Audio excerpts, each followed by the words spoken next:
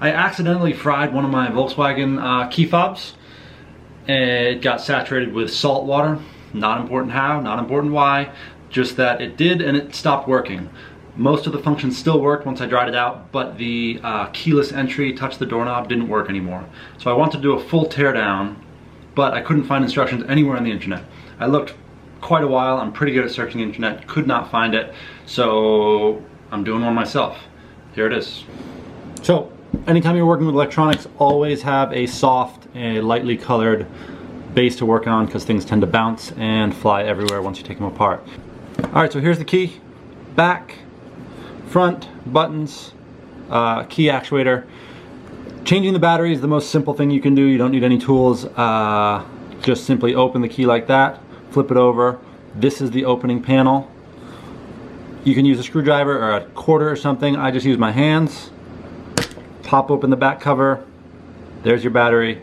There's the hole. Replacing it, same thing in reverse. Positive side up, negative side down, slip it in. Put the cover back on. From here you will need something, basically anything really. I use a screwdriver just to pop the key back in, or pop the battery back into place, and then it snaps and you're good to go. Key works. Boom. Now if you need to go farther than just replacing the battery, the next step is to remove this tiny screw, which is a Torx bit. I think it's like a T2 or T3, I'm not sure. I just used the tip of a pocket knife to unscrew it. It didn't take very long. So now, once you have removed this screw, it's quite long and takes a lot of revolutions to get out. You can pull the screw, set it aside, don't lose it. And the base part, the key holder part, just slides down and pops right out. Once you have this out, you can pop out this edge piece here, which looks like this on the key. This piece here. Very gently with a screwdriver or a splooge or something, just work around the edge, pop it out, and eventually it will come right off. Now, once you have the end piece off, the button cover right here can easily be replaced. A lot of people like to replace this because it wears out or tears. You simply peel it off. It's not glued in there, it's not popped in there, it's not screwed in there. It's just a pressure seal that goes around the outer edge, and it peels off and it goes right back on very easily. Okay, so that's as far as you can go dismantling this key without breaking any seals or physically breaking the key. So a word of caution here, the next step, we are actually breaking this key open. We're not permanently killing it, but to get the case open, we have to break it. All right, so this key is pressed together and then like sealed together with some sort of epoxy.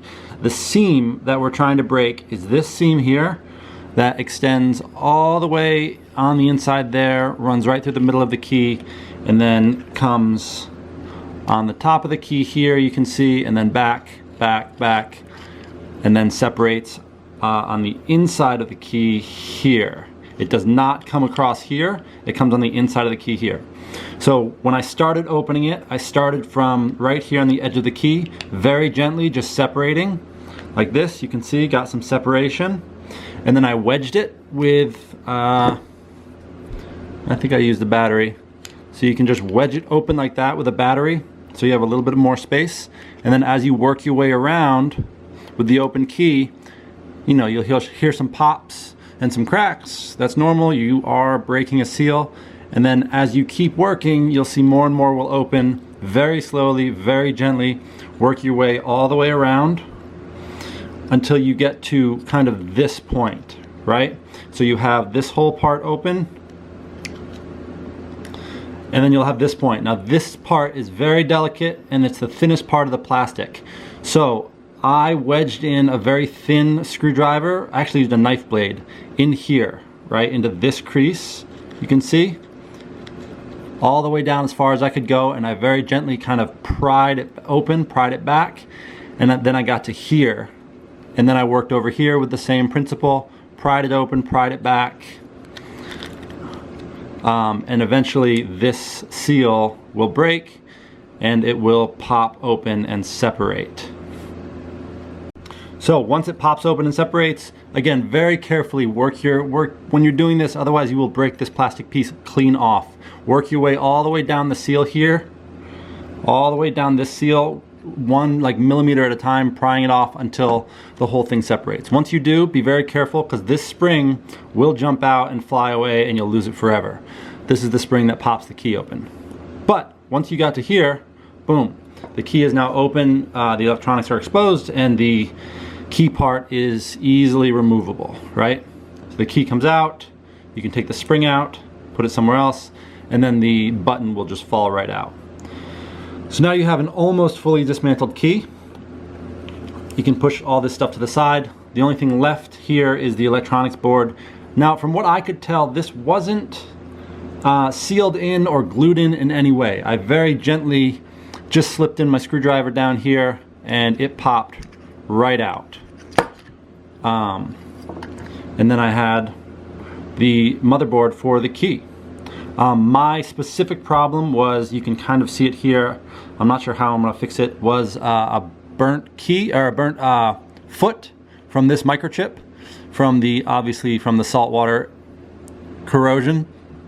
So I'm going to mess around and see if I can fix it and make it work again. But there you have it. That is the complete dismantling of a Volkswagen key.